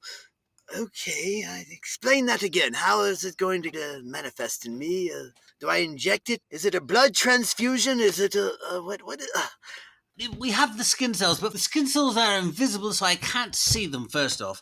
And even so, I don't know what made them invisible, you see. You need more than just the skin cells itself. And also, yes, we have plans to build this Nautilus, but it would take the resources of many nations and decades to build this type of device that you have here. So I would decline to buy it, thank you. Like, what is he going to do with all this shit? Anyway. Yeah, you're right, man. It's like, it's always down to Roger Corman was right. The villain should always be more interesting than the most interesting character of the movie. And his motive should be at least cut and clear, no matter what, right? Yeah. I mean, in Superman movies, it's always real estate they want. Yes. You know, at least it's clear and cut. Yeah, if he's going to take over the world, give him a reason why. Yeah, if he's getting all the best parts of these people, then at least make it into he's selling the Fountain of Youth to people on the side to rich people. There you go, bam. It's at least cut and clear than what he's talking about right now,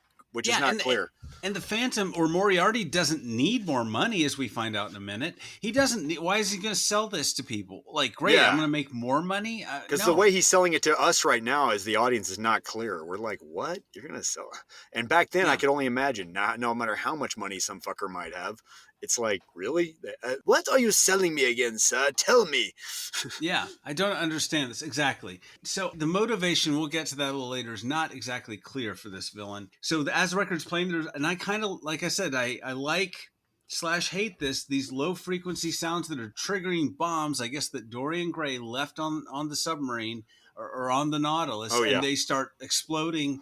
The ship is flooding, and then Jekyll turns into Hyde in order to swim down and pull these magic levers. I don't know what they do. They somehow do something to the ship's ballast because the ship is sinking. I don't know. They're the ducts that free all the water up so the thing won't sink, Anthony. Yeah, like I what? guess I'm trying to explain it for the movie. The ship's taking on water. How on earth? What do these lovers do? I don't know. But they do something magical, and the Nautilus is saved. I was confused on what that was too. I was like, is that the airlock that lets the water out?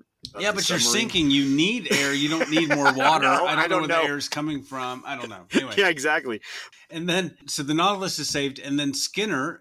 Yes, the Hulk has saved the Nautilus. I mean, Mr. Hyde has saved the Nautilus. So anyway, Skinner messages the Nautilus via, I guess, some sort of magic radio, and then he's like, I stowed away on on Dorian Gray's exploration pod, so I've been tracking them, and blah blah blah blah blah. So thank God, Deus ex machina, Jordan, your favorite phrase when it comes to movies. Thank God the Invisible Man, he was here. I kind of like that, but yeah. Anyway, they tracked the pod to Mongolia, so. It's like the Sky Captain of the World of Tomorrow, where we were just globe-trotting for no reason, just to globe-trot, right? Yeah, for a heavy climax, once again, with a lot going on. A lot of explosions, a lot of bombs going off. Not just actual physical bombs, but story-wise as well. Yeah, story bombs galore. Yeah, this movie has tons of story bombs. That's what the low-frequency sounds were doing, setting off story bombs. Or is the proper term story mines, I guess, where they just go off out of nowhere for no reason. Story mines. I love that. They're laid everywhere in this movie. They're called plot mines, Anthony. They're dangerous. Watch out for them. Keep your eyes open, your ears open for them. And, keep your ears open especially because it might be some kind of exposition going on. You might get a story mine and an exposition mine at the same time, and very few people can survive that. You might get some exposition shrapnel. Shrapnel. The story bomb is going to give you exposition shrapnel. And you won't comprehend it all at once. and everyone's going to move along and just leave you there with all this. And you got to keep going. This movie will leave you in its wake.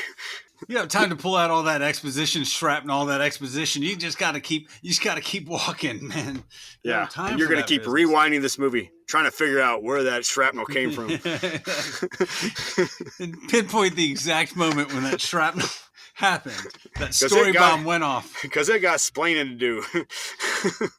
It just splattered a bunch of story and exposition and explanation all over the place because we go to Mongolia of all places and some frozen lakes where, of course, Moriarty has his hidden fortress. Because don't they always have a hidden fortress in these movies? God, and plus I thought we were in the North Pole. I was like not paying attention, I guess, enough. I realized we were in Mongolia. Jesus Christ. I'm sorry. Anyway, I better grab a jacket. Anyway. Exactly. Now we're cold in this movie. We're hot. Now we're cold. I'm not dressed appropriately for this film.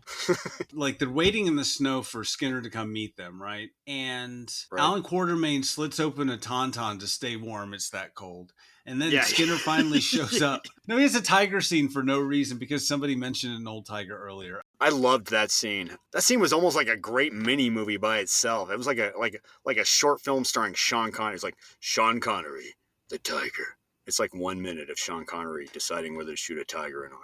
The end. I liked it, but it belongs in a better movie. It's it belongs in a different movie. It's like you can't have good moments in a movie like that's wacky like this because you're just going to be like it just cheapens that moment. But they didn't pay him $17 million just to shoot at a tiger here, Anthony. No.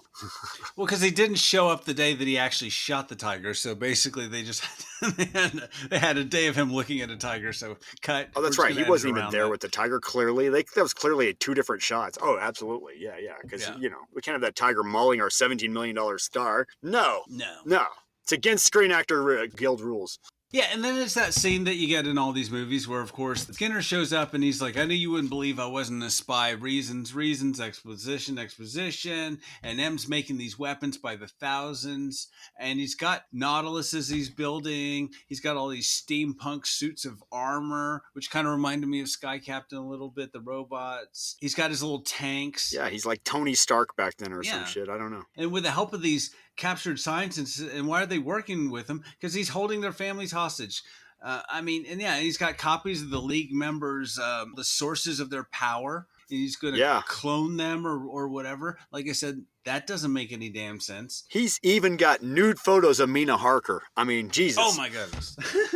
No, I just made that up. To what he's doing. There's just no end to this guy. The Invisible Man took dirty pictures of everybody. Just embarrassing nude photos of Mina Harker. Even embarrassing nude photos of Dorian Gray with his schlong right out. And you know what? His schlong didn't age either. Sorry.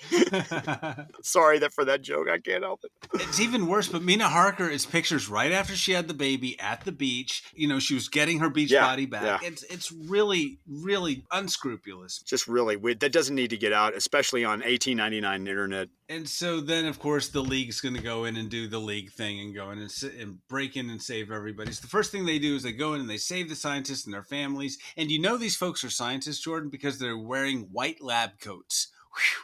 Thank God I wouldn't have known.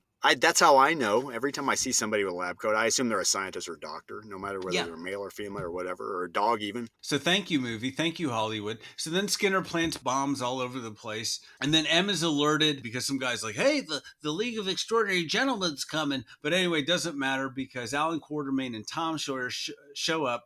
And then we find out at that point that it's Professor Moriarty. Ooh, shocker. That's really weird. Oh, yeah. I'm sorry. Okay. Yeah, Jordan, you planted a podcast bomb earlier.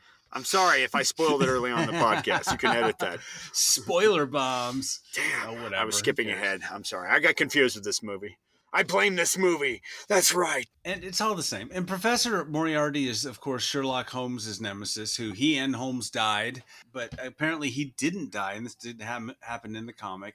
So anyway, then we get Mina Harker and Dorian fight. And this is when everyone gets their own individual scenes. We got to keep everybody busy and occupied here in the third act of the movie. Yeah. And so Mina Harker and Dorian are fighting because, they got it on. And then he stabs her and then he thinks she's dead. And he says, hey, there's a bet. I thought I'd nail you one last time. Like, woo, ouch. Yeah, that was it's like PG-13 dirty joke, right? Yeah, something. It was a cheeky little line there, and I don't know if that plays well today. But anyway, so it's funny because they're both immortal. It's interesting to see immortal people fighting one another. Yeah, because they scratch each other and then they heal back right away. It's fun, and then they stab each other and then they don't. It's fun. It's fun. It's fun watching immortals fight each other. Sure, it's tight, right? Just like the pitch guy says. Yeah. It's tight. Everyone wants to see that. See immortal people trying to kill one another and just immortal people trying to kill each other is tight, right? Yeah. It's not a waste of time at all. No. And so they're having relationship drama there. Anyway, so Tom Sawyer gets in a fight with a bad CGI knife that's floating around because a henchman has the invisible power too. And then one of the henchmen takes Hyde's potion, so he turns into an even bigger, nastier version of the Hyde monster. Yeah. And then I have no joke here. I'm sorry. No, there's nothing funny about any of this. It's like everybody has their own scene and they're fighting somebody, because we have 8 people, 20 people here in this league that we have to keep busy. It's like we got things to wrap up here editorially. So then Mia shows Dorian his painting, which kills him. And then to that relationship. Oh, yeah. This looks pretty cool, though. And then you see this, when you say bad CG, there does look like there's some CG going on with where his face morphs into a corpse kind of thing, which is in the boards of Butthead. Kind of cool, It's not bad. Cool watching the, oh, that's pretty cool. But the henchman, the Uber Hyde henchman, he's really veiny and muscular and crazy looking. And that's CGI, and that looks ridiculous to me. I don't know. I know it's 2003, but damn, dude, I don't know. It's a bit much. What do you think about those CGI effects? Are those any good? What do you think? I mean, from a real technical standpoint, they look pretty cool. But yeah, I agree. It looks kind of dated. I mean, I don't know. But they should have just done it practically, I think. You know? It's a little comic booky. I don't know. It's a little much. I get it's got to be bigger and badder, but yeah, you're right. It does. That's the problem with CG in that time period. Is it does look overly done. And it cost a fortune back then. That's the thing. Totally. Yeah, that probably cost $250,000 that shot alone. Yeah, I mean, they could have just had like a big suit or something that they're fighting, or some Nautilus technology that he stole and in a week somehow made that thing, and they could all fight it together instead of everyone doing their own little fighting. Yeah, and I get the Avengers do that too, but they just, I don't know, Marvel handles that better than this movie. Anyway, so Skinner saves Tom Sawyer from this guy with a flamethrower, but he's burned in the process. Remember that. Oh yeah, this is weird too. This looks like it reminded me of like Iron Man later on, like the first Iron Man movie, kind of like when he builds the first suit, oddly. Yeah. It kind of looked like that. But yeah, of course, it looks kind of silly in a way. Yeah. So anyway, Skinner saves him, and then he's burned, and then Moriarty and Alan Quartermain fight in the big final fight. And it's a pretty decent fight. I mean, you get 17 million. I guess you're getting a Sean Connery fight out of this. Yeah, he looks pretty sturdy before retirement, I have to say. It looks like it's actually Sean Connery. Yeah, that was like $1 million each punch right there. I fooled you, huh? That was my stunt double, you fucking idiot. I was off in my trailer drinking a Mai Tai the whole fucking time. You can't tell. You never see me from the front the whole time. They had a mask on that stunt man the whole time. That mask fooled you. That mask cost as much as my catering wagon. That mask cost as much as your mom, Trebek. Now we're going to the Will Ferrell, yeah. Or no, the, what's his face from Saturday Night Live? Oh, Daryl Hammond. Sir Daryl Hammond. Yeah. So luckily some bombs go off so we can move this movie along. Then Alan Quartermain saves Tom, but is stabbed by Moriarty as he does that. And then Moriarty jumps out of a castle window and somehow glides to the ground. Like it's 100 feet down or something. And he somehow just glides down. Like, what the hell was that about? Yeah, he's got a Batman hang glider. Yeah, that looks pretty cool, doesn't it? I would buy that if he actually had a Batman hang glider. That's before Batman Begins, even this. We get a hang glider Batman-looking thing here, Yeah, but this is after Batman Returns, though. He just had a cape. He did not even have he didn't have any device. I'd buy it if there was a little hang glider device. He had nothing. He just had a cape. But he was like, nope. You're right. His cloak conveniently had a hang glider inside of it. Thank the maker. It was so well hidden we didn't see it at all. What a clever villain. He had that hang glider hidden. We didn't see it. We didn't know it was coming either. This movie's very He is clever. the Napoleon of crime. He thinks of shit like that. Anyway, so Moriarty is running like a quarter mile away, and then Tom Sawyer from the castle window shoots an impossibly long shot like Quartermain taught him. And all that crap we got about Quartermain's son and Tom Sawyer being like Quartermain's son and all that comes to fruition, right? Oh, that's right, because he taught him how to shoot earlier. Yeah, and he shoots Moriarty and he dies. That's right. Now slow down. Now slow down. Now focus. Take your time. You're not in a hurry. We have all the time in the world. But, That's but right. my scene's over after this because I've got to get back to my trailers. So you can do the rest of this yourself. I don't have any more dialogue for this scene, so just take your time with that shot. Okay, I'm going to walk away while you're taking an aim, because I'm going to die now in this other shot. And so he's sad. It was sad when Quartermain died, don't you think? He dies. Yeah, Sean Connery gets stabbed in the back by Moriarty, and then this whole movie gets stabbed in the back in the box office. Ooh! The audience gets stabbed in the back. The audience gets stabbed in the back with another plot twist. So we're back in Africa at the end. It's the end of the movie, everybody. We finally made it this long journey. We're going to get another stab in the back here, though, plot twist. We're about to get another one. The hot poker. I know. Talk about a plot bomb. We're going to have a Here comes another plot mine. It's going to blow right up in your face. Ooh, yeah. And so Alan Quartermain is buried. We're back in Africa. He's buried. And the League has, I guess, a funeral. Right. They down say, goes you, down goes the movie. Ooh. And so they're all standing around his grave. It's very sad. It is. Then we see what, Jordan? Oh, yeah. After everyone leaves, what happens? Johnny Depp shows up and he's on his grave and he's sprinkling peanuts or something. And you get the idea. No, it's not really Johnny Depp, but it's, some kind of Native American. Native American. It's supposed to be an African shaman or something. Yeah, some kind of African shaman. Yeah. And you get the idea. Oh, thank God, he's going to come back from the dead in this sequel that's never going to happen. Yeah. If this movie had banked even more so. Yeah. He's green screened in front of a storm. Yes, in front of a storm. And then, this little kid shows up and takes a Polaroid, and this other guy translates. He says, "You're a very pretty senorita. He wants to tell you a storm is coming." No, sorry, wrong movie. That was Terminator. So anyway, sorry. But would Alan Quartermain want to be brought back to life, do you think? I think he'd be like, oh, shit, what is this crap? I don't I think was having so. a good rest. And now I'm a zombie? What the fuck? Yeah. No. Sorry, PG-13. What the feck? I don't think Alan Quartermain would want to be brought back to life. I think he'd be, you know what I mean? I think he'd be pissed off. Let sleeping dogs lie. That's what I say. Let them lie dead for the dead. You know how many dogs I've buried since my dead wives? I've buried 2 wives, 3 sons myself, and was having a beautiful dream that I had $17 million and was living in the Cayman Islands. And I was surrounded by 5 women, and they were feeding me mangoes all at once. It was beautiful. Now I'm a fucking zombie in Africa. What the hell? You know? Yeah. Anyway. What were they really thinking with that ending, though? That ending I thought that ending was kind of Tacked on, Jordan. There's a little thing called the tacked on ending. Not that this movie is not. I'm not saying this movie's bad either. No. This movie is fun for the most part, but this ending, yeah. Yeah. When I got to this ending, it was like, oh, come on. I got Lone Ranger vibes. I'm sorry. Yeah. It's the big damn ending where it's like a question mark and someone goes, "Here we go again." Yeah. I mean, it's like that garbage. It's like that's why I say it's insulting to the audience. It's insulting. Yeah. You know? I don't know what was going on with this. Was it studio interference? Was it producer interference? Was it?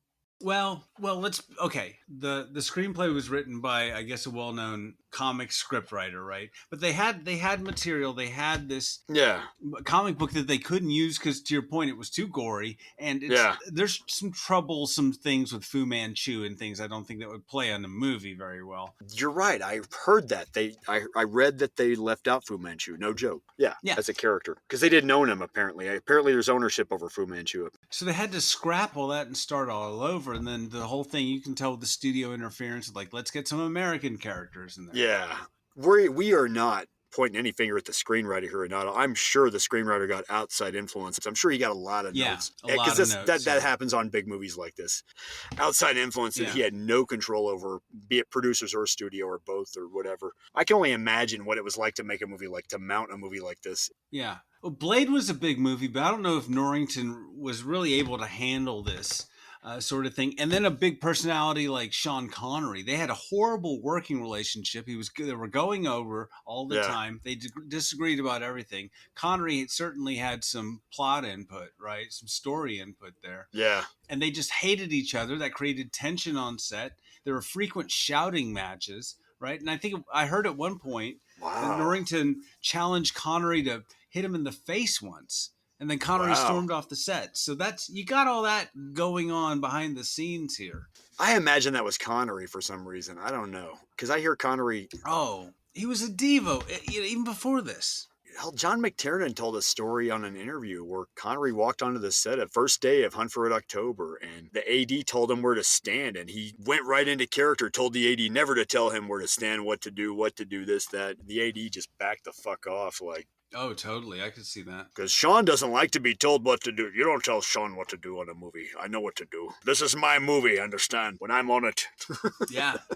$17 million, and then you get all that attitude. Yeah, I blame Connery, but I think there's script problems as we know. This is my movie, and I do as I like. Yeah, and then it was so bad Norrington quit movies after this. He was tired of the studio interference, like you said, and I think this was just a mess. Oh my God, I can see that easily. Then wow, this is one of those giant movies that made a director just not want to go back to the business anymore, man. Like, yeah. I think it was a miracle they pulled out any kind of movie out of this. Yeah. With that, I can that see sort that of too. nonsense. But I will say there are good things about this movie. I do like the Nautilus and Nemo. I like Connery. You know, I like Tom Sawyer, even though I don't think his character needs to be in the movie. And it's a lot of fun, and the effects aren't bad. You know, we're picking holes in this, but I've seen this movie one time, Jordan. This is the second or third time I've watched it because, I mean, I watched it twice before this podcast just to review it. But yeah, I agree. It's still fun. It wasn't like I was bored or pissed off. It's not a terrible movie. We're taking stabs about this movie's script elements and story elements, but it's not a great movie. I love this idea. You get these characters from literature. I love it. It is inspiring, the idea. Absolutely. I don't even think that the comic pulled it off that well, to be honest. I like Alan Moore and everything. I've been wanting to say this through the whole podcast again, too. Like, why couldn't this movie just be a movie where these guys were all in a room together telling separate stories about their guilt, you know, what they had guilt over, You know, Maybe. what's Nemo's guilt over? What's Sawyer's Or guilt maybe, over? What's yeah. Quartermain's guilt over? Just maybe they're all sitting in a room on the Nautilus telling each other these things. Or that would make a really good scene, because the middle of this movie kind of sags as they try to do that with exposition, but then they're on Yeah. a boat. But yeah, that would be a lot more interesting. Probably people would probably think of it more like an anthology movie at that point, of course. I mean, maybe. I mean, that'd be a different type of thing, maybe Yeah. more of a television show kind of thing. But no, there's so much potential here for a great story. Like, you've got these public domain characters, which people know well enough. But what they don't do is really tie them all together well. I think you could have a better Ocean's 11 kind of pulling the gang back together or whatever, but have a more organic way for them to come together. You know what I mean? We need a guy that does this, and You're right, though. Why couldn't they have an Ocean's 11 type plot? Exactly. Why couldn't this be a heist movie, basically? yeah, kind of like a heist movie or something like that. Just instead of the same old tired plot. I mean, I guess they had a comic that they were trying to stay close to. Yeah.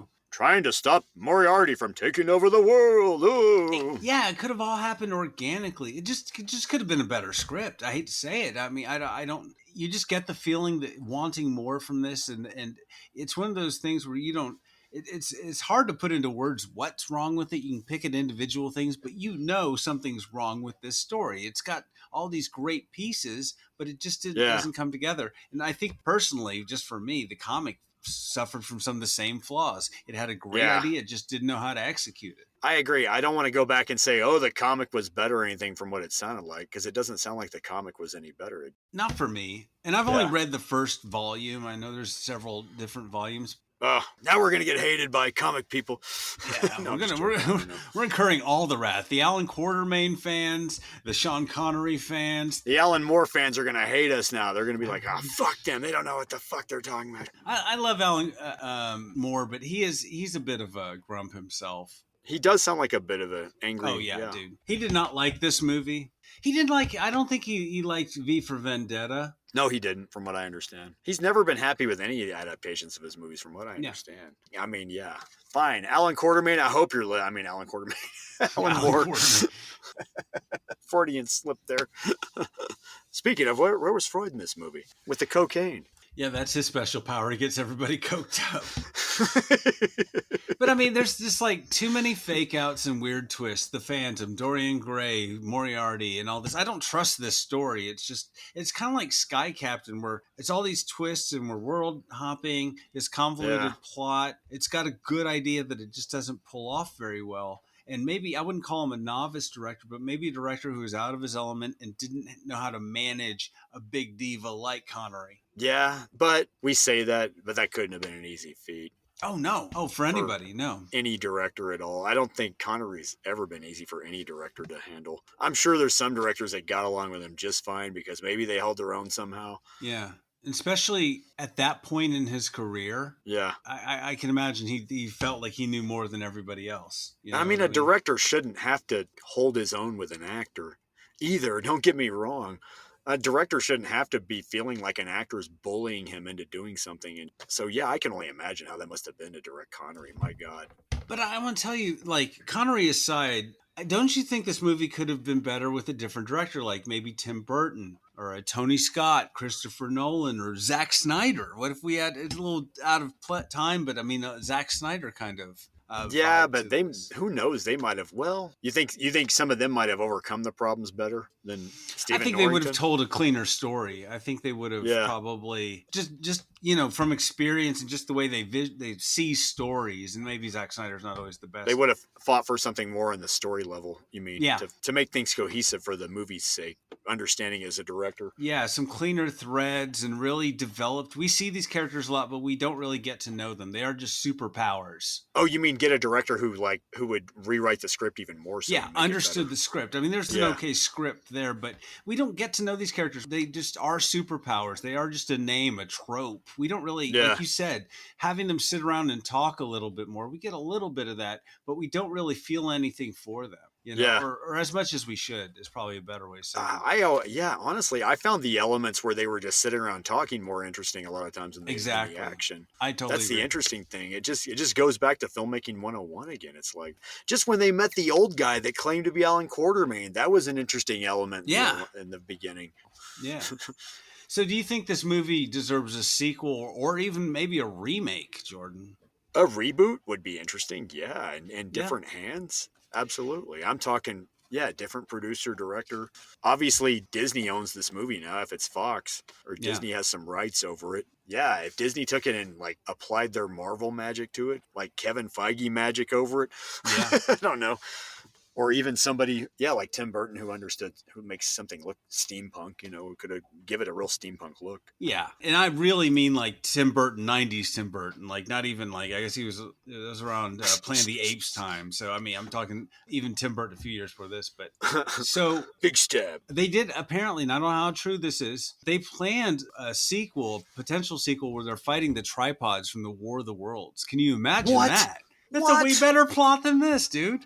Yes, I want that. Fuck yeah. Like, there we go. I was talking H.G. Wells earlier. Shit, man. Why not that? Yeah, work with the era kind of and give us something like that instead of just your typical... Reboot the movie with that as a plot. Instead of your basic plug-and-play guy trying to take over the world plot, we've got to come together and stop him.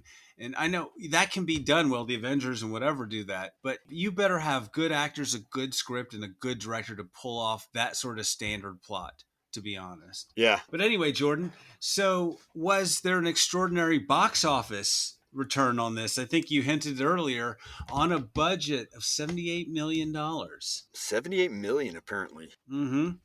And 17 of that, like we said, it was Connery. Big chunk Yeah. of that. 66.5 million domestic, 179 global. Okay, I saw the 179 number. That's okay. That was international global. That makes sense. Yeah. But 66 million domestically. Ouch. Ouch. That's not a good opening weekend. No. It did open the same summer, 2003, as The Matrix Reloaded, The Pirates of the Caribbean, I believe the first movie, Bad Boys 2, and I mean, we're talking about a heavy slate already. That's like a lot of movies you don't want to go up against already. Pirates ends up banking and spawning a franchise from there. So that was a big year, like you said. So it came out, let's see, it's 42. Oh man, it was the 42 highest. Oh my goodness, man. But yeah, I mean, that was Finding Nemo, Pirates of the Caribbean. Anyway, yeah, that was a big year, a lot of competition, but I just think for some reason this didn't speak to people. I think the reviews weren't that tight, and I don't know. It just missed its mark. I don't know why people didn't go see this. It's really not that bad. It wasn't like nobody knew about it. It was well publicized when it came out, as I remember. You saw trailers out the ass. I honestly think, I'm going to say it, I think I would bet money, even back then, the majority of the audience didn't know who these fucking characters were. Yeah. And they were probably lost. Like, who the fuck, even in 2003, knew who Alan Quartermain was? Who Dorian Gray even was, for that matter. But yeah. Yeah, but if you're making a good movie, you don't have to worry about that sort of thing. True. Like we were talking about Dick Tracy, and why would you remake Dick Tracy? I think Dick Tracy's more niche than even this movie. Or John Carter. Yeah. John Carter, who the hell knows who that is? If you make a good movie, people will go see it, but you just have to make a good, understandable movie without insulting the audience's intelligence, but give them something new with these characters. And the buzz will carry the film. And you've got Sean Connery, so I don't know. I guess it just kind of flopped because it wasn't outstanding, and it had to be in a big summer. Yeah. Or maybe you're right. Maybe, I hate to be that jaded, but maybe people just didn't want to see these old-timey characters, and it wasn't interesting to them. So I don't know. Yeah, you're right. Maybe what I'm saying didn't matter. Think about it. It's the same summer as Pirates of the Caribbean, and Pirates of the Caribbean, it wasn't like they modernized that movie in any way. It had the flavor of the ride, of the Disney ride still. But it was fun. And then, of course, you had Johnny Depp to carry the movie. But Johnny Depp versus Sean Connery, I guess. I don't know. Maybe people just didn't want to see an old Sean Connery. Yeah. Pirates of the Caribbean, also, you're right. Like you say, it was very simple plot. Easy to follow. Yeah. Yeah, you get the gist of everything quickly. There's not much more. This tries to do too much as far as story goes because there's so much to tie up and so much to... Yeah. You have all these characters to juggle, and that you limits the amount of time you can spend with each of them, and that kind of diminishes just the amount of attention and affection you can have for each one. So big bloated Hollywood movies like this don't know how to handle a lot of characters like an independent movie sometimes does better. It's odd. Yeah, true. So Jordan, what kind of rating do you give this film? Man, now I'm mulling over my rating and after talking to you, because now you're pointing out more flaws than I even noticed before. Oy vey. I'm being a little critical. It's not that bad a movie. I was actually personally surprised at how much I enjoyed it after not seeing it for so long. That's the funny thing. I didn't have a bad time watching this movie. I don't want to sound too jaded. It was fun. Yeah. I think I still give this, because of the entertainment value, I give it 6 out of 10 bullets firing to try and hit something. That's invisible. An invisible fellow. Oh, that whole line, based on the whole line Sean Connery said earlier. Oh, yeah. You Americans, you keep firing until you hit something? Is that what you are? Anyway, 6 out of 10 is being generous, though. That's for entertainment value. Not giving it more is for the plot and the script being so all over the goddamn place and not explaining some things and leaving things some open-ended and not tying up, having too much for the sake of actions. Yeah. I like the talkie sequences better in this movie, actually. You get these characters, they have something to say. They've lived lives. They're interesting characters. Let them be interesting. Yeah. These are all good actors they cast, too. There's plenty you could have given them to do other than action stuff. They could have played all that out just fine, what we're talking about. A lot of British actors that American audiences may not like, and maybe that's part of it. I don't know. Maybe they needed a big name like to try to draw people in. But yeah, they're not bad. The acting is good in this movie. I can't fault the actors, you know. Why couldn't this movie have just been these all these characters meet in a room? We have a little bit of an origin story background on each one of them, and then they go into action doing something together. By that point, you're about 60 minutes into the movie. You know what I mean? Yeah. They all have to go after, and it's a heist film. It's not they're going after some villain against the world. Or they're fighting the tripods. I love that idea. And that's fighting the fucking hell yeah! I want to see. Nobody ever showed. We never see aliens in this time period, other than Cowboys and Aliens, which didn't do it that well. I'm sorry. It was a fun movie, but we should talk about that movie. Yeah. Speaking of, anyway, Jordan, it's another movie another weird movie. I'm like, I wanted to see more of the Western movie on that one than the Alien movie. That was a weird case. And once again, anyway. Yeah, so I give it 6 out of 10, just like you, independently. Wow. Invisible Man dick jokes. Or plot mines. Maybe plot mines.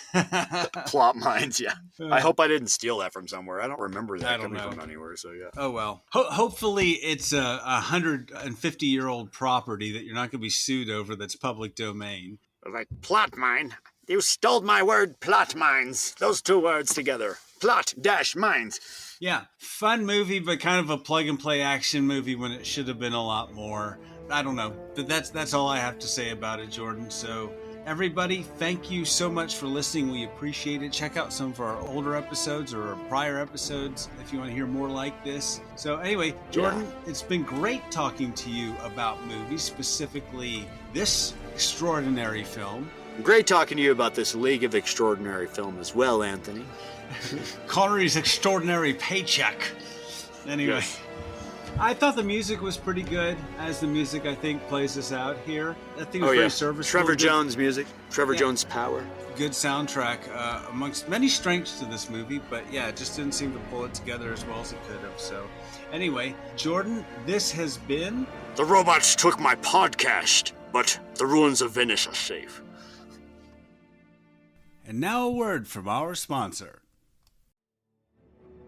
Hi, I'm Alan Quartermain.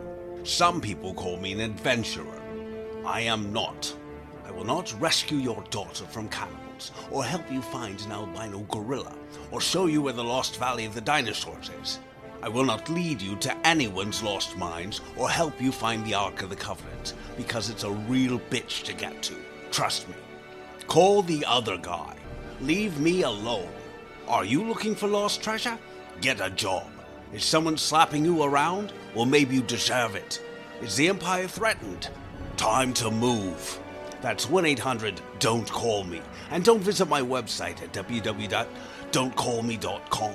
And don't follow me at #Don'tCallMe29. I hope I don't hear from you. Well, maybe your mother can call me, but you can't. All trailers, clips, music, or any other copyrighted material are used sparingly, edited from their original forms, and used for the purposes of criticism, discussion, commentary, and education about these fine films.